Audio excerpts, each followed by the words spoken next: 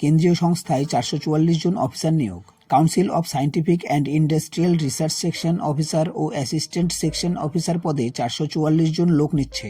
কারা কোন পদের জন্য যোগ্য আসুন জেনে নেওয়া যাক। Vacancy code 2023101। সেকশন অফিসারের জন্য যে কোনো শাখার গ্র্যাজুয়েটরা আবেদন করতে পারেন।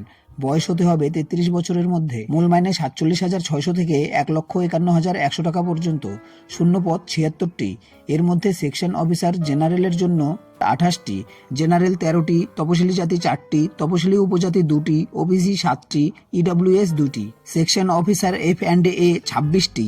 এর মধ্যে জেনারেল 13টি, তপশিলি জাতি 3টি, তপশিলি উপজাতি 1টি, ওবিসি 7টি, ইডব্লিউএস 2টি। Section officer S&P 22টি। এর মধ্যে জেনারেল 11টি, তপশিলি জাতি 3টি, তপশিলি উপজাতি 1টি, ওবিসি 5টি, ইডব্লিউএস 2টি। Vacancy code 2023102।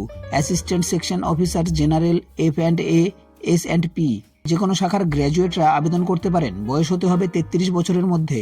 মূল মাইনে 44,900 থেকে 1,42,400 টাকা পর্যন্ত। শূন্য পদ 368টি।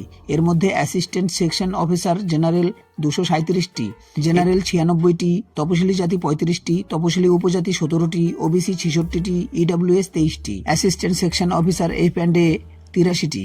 এর মধ্যে জেনারেল 35টি, তপশিলি জাতি 12টি, তপশিলি উপজাতি 6টি, ওবিসি 22টি, ইডব্লিউএস 8টি। Assistant section officer S&P 48টি।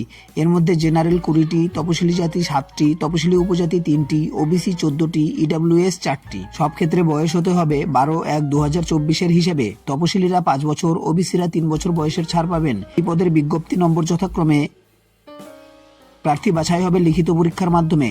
পরীক্ষা হবে ফেব্রুয়ারিতে কলকাতা সহ বিভিন্ন কেন্দ্রে। এই পরীক্ষার প্রশ্ন হবে এইসব বিষয়ে: general awareness and English language ও কম্প্রিহেনশন 150 নম্বর, general intelligence, reasoning and mental ability 200 নম্বর, ইংলিশ ডেসক্রিপটিভ টাইপের প্রেসি লেখা, চিঠি লেখা ও প্রবন্ধ লেখা 150 নম্বর। সফল হলে সেকশন অফিসার পদের বেলায় 100 নম্বরের ইন্টারভিউ আর অ্যাসিস্ট্যান্ট সেকশন অফিসারের পদের বেলায় 100 নম্বরের কম্পিউটারের দক্ষতা পরীক্ষা। পরীক্ষার বিস্তারিত সিলেবাস ওয়েবসাইটে পাবেন। দরখাস্ত করবেন অনলাইনে 12 জানুয়ারির মধ্যে এই ওয়েবসাইটে। এই জন্য বৈধ একটি ইমেল আইডি থাকতে হবে। এছাড়া পাসপোর্ট মাপের photo, signature, left thumb impression scan করে নেবেন। প্রথমে ওই ওয়েবসাইটে গিয়ে যাবতীয় তথ্য দিয়ে সাবমিট করলেই নাম রেজিস্ট্রেশন হয়ে যাবে। তারপর পরীক্ষা ফি বাবদ 500 টাকা net banking, debit card, credit কার্ডে জমা দেবেন। তপশিলি প্রতিবন্ধী মহিলাদের ফি লাগবে না। আরও বিস্তারিত তথ্য পাবেন ওই ওয়েবসাইটে।